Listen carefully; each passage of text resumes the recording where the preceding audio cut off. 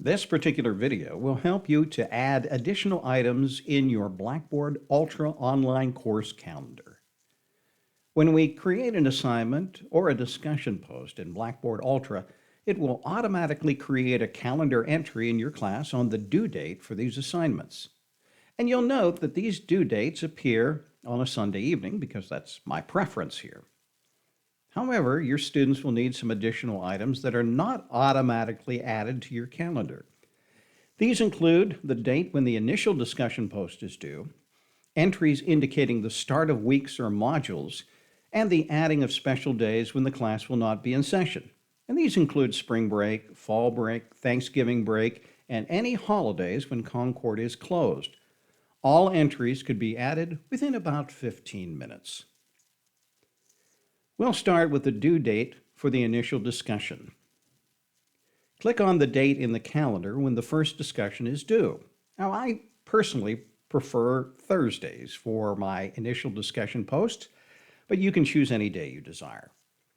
Click on the plus sign in the circle, click Add Event, type in the space that has New Event in today's date, and I'll add Initial Discussion Post Due.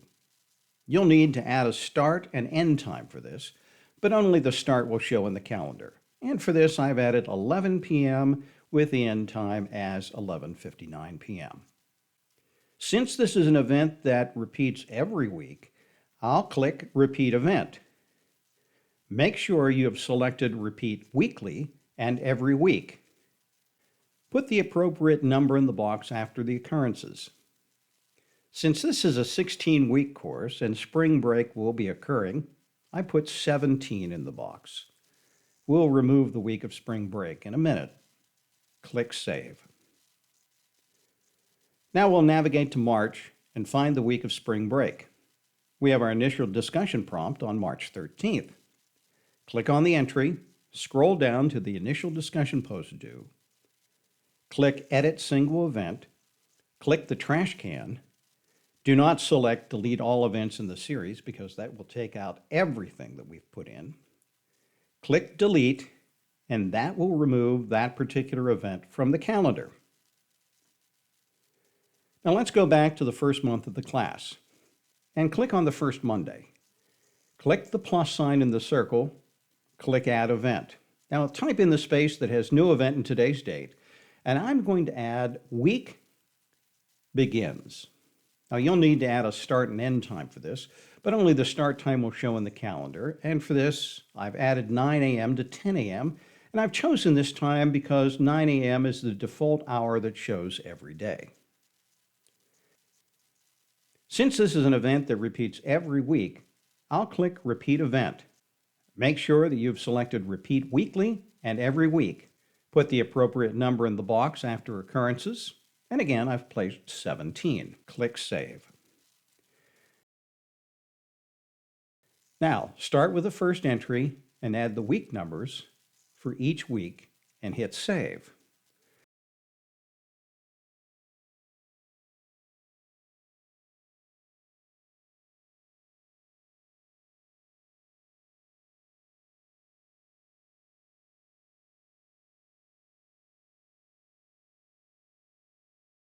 And once you get down to the week of spring break, we're going to delete this entry.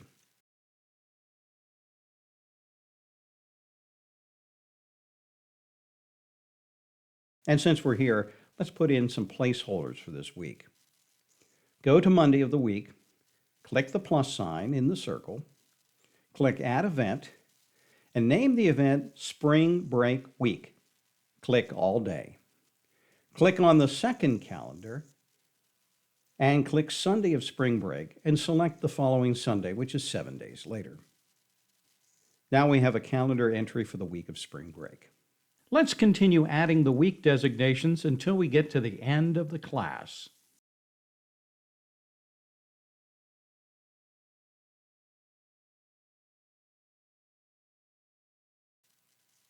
Now go back to the first month and spot check every month to make sure that you have everything in the right place. Good luck.